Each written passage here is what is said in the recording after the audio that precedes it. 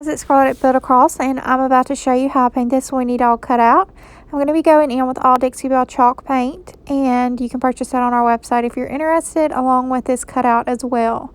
I'm just going in and base coating my Weenie Dog in the color Pine Cone, and of course you could swap this up with whatever color you wanted to. And then for his sweater, I am using Limeade, that's the light green that I'm painting right now.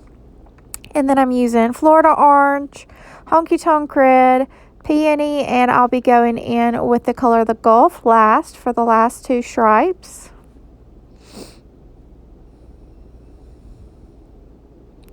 And then once I'm done base coating, I'm going to let everything dry. So I'm just going to give that plenty of time to dry completely. And that's when I'll go in and outline everything with my Sharpie brush stroke marker.